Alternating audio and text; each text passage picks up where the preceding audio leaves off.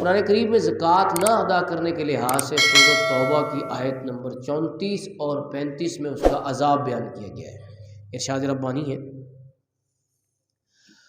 والذین یکنزون الذهب والفضة ولا ينفقونها في سبيل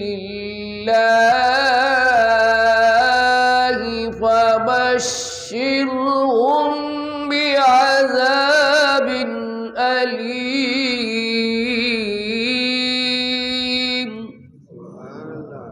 جو سونا اور چاندی جمع کر کے رکھتے ہیں اور اللہ کے راستے میں خرچ نہیں کرتے، یکنزون کنز سے، کنز کہتے ہیں خزانے کو، کنز کہتے ہیں ذخیرہ کرنا، خزانے کے طور پہ جمع کر کے رکھنا، اس سے یکنزون لفظ نکلا ہے۔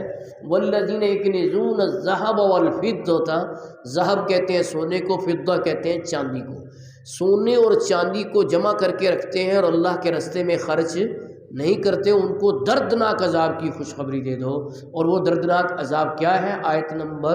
35 میں فرمایا یوم یحمى علیہا فی نار جہنم، قیامت والے دن اس کو دوزخ کی آگ میں تپایا جائے گا، سونے اور چاندی کو۔ فتکوی بہا جباہہم وجنوبہم وظہورہم، اس سے ان کی پیشانیوں کو، ان کی کروٹوں کو اور ان کی پشتوں کو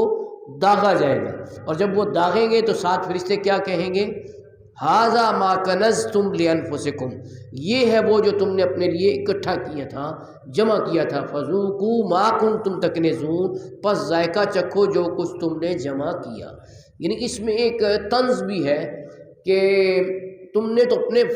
فائدے کے لیے اور نفع کے لیے اکٹھا کیا تھا نا، تو اب اس کا ذائقہ چکھو کہ جو تم نے جمع کیا تھا اس کا یہ تمہیں نتیجہ مل رہا ہے۔ تو حل کیا ہے؟ اچھا، اس پر میں ایک اور بات بھی کہنا چاہوں گا۔ یہ جو سورۃ التوبہ کی آیت نمبر 34 میں نے پڑھی ہے، یہ جب نازل ہوئی تو صحابہ اکرام علیہم رضوان کا آپس میں اختلاف ہو گیا، حالانکہ اہل زبان ہیں اور عربی بولنے والے ہیں، عربی ان کی مدر ٹنگ تھی، زبان اپنی مادری زبان تھی ان کی، لیکن انہوں نے جب یہ آیت سنی نا تو صحابہ اکرام آپس میں اس پہ غور و خوض کرتے تھے نا قرآن کریم میں کہ بھئی اس سے کیا مراد ہے، کیا مطلب ہے۔ تو کچھ نے یہ کہا کہ بھئی اس میں سونا چاندی اب جمع کرنے کی مکمل طور پر ممانعت کر دی گئی ہے کہ اب سونا چاندی جمع نہیں کر سکتے۔ کچھ نے کہا نہیں، سونا چاندی جمع کرنے سے منع نہیں کیا گیا، بلکہ کہا گیا کہ اس میں اللہ کے راستے میں بھی خرچ کرتے رہو اور اپنے پاس بھی رکھو۔ اب اختلاف ہو گیا تو یہ دونوں گروہ صحابہ کرام کے بارگاہ رسالت میں حاضر ہوئے۔ عرض کی یا رسول اللہ، یہاں جو فرمایا والذین یکنزون الذهب والفضة، کہ جو سونا اور چاندی کو جمع کرتے ہیں، ذخیرہ کرتے ہیں، تو اس میں کیا مراد ہے؟ کیا مکمل طور پر مطلقاً سونا چاندی جمع کرنے سے منع کر دیا گیا ہے یا کچھ اور اس سے مراد ہے؟ تو رسول پاک صلی اللہ علیہ وسلم نے فرمایا یہاں پر سونا چاندی کے کنز یعنی خزانے سے مراد ہے وہ سونا چاندی کا خزانہ جس کی زکوٰۃ ادا نہ کی گئی ہو۔ یعنی آپ نے یہ فرمایا کہ جمع کرنے سے منع نہیں کیا گیا، بلکہ کس بات سے منع کیا گیا ہے کہ اس کی زکوٰۃ ادا کرنی ہے، اگر نہیں کی تو پھر یہ منع ہے۔ یہ اس بات سے منع کیا گیا کہ زکوٰۃ ادا کرنے سے پیچھے نہیں رہنا، یہ مطلب ہے۔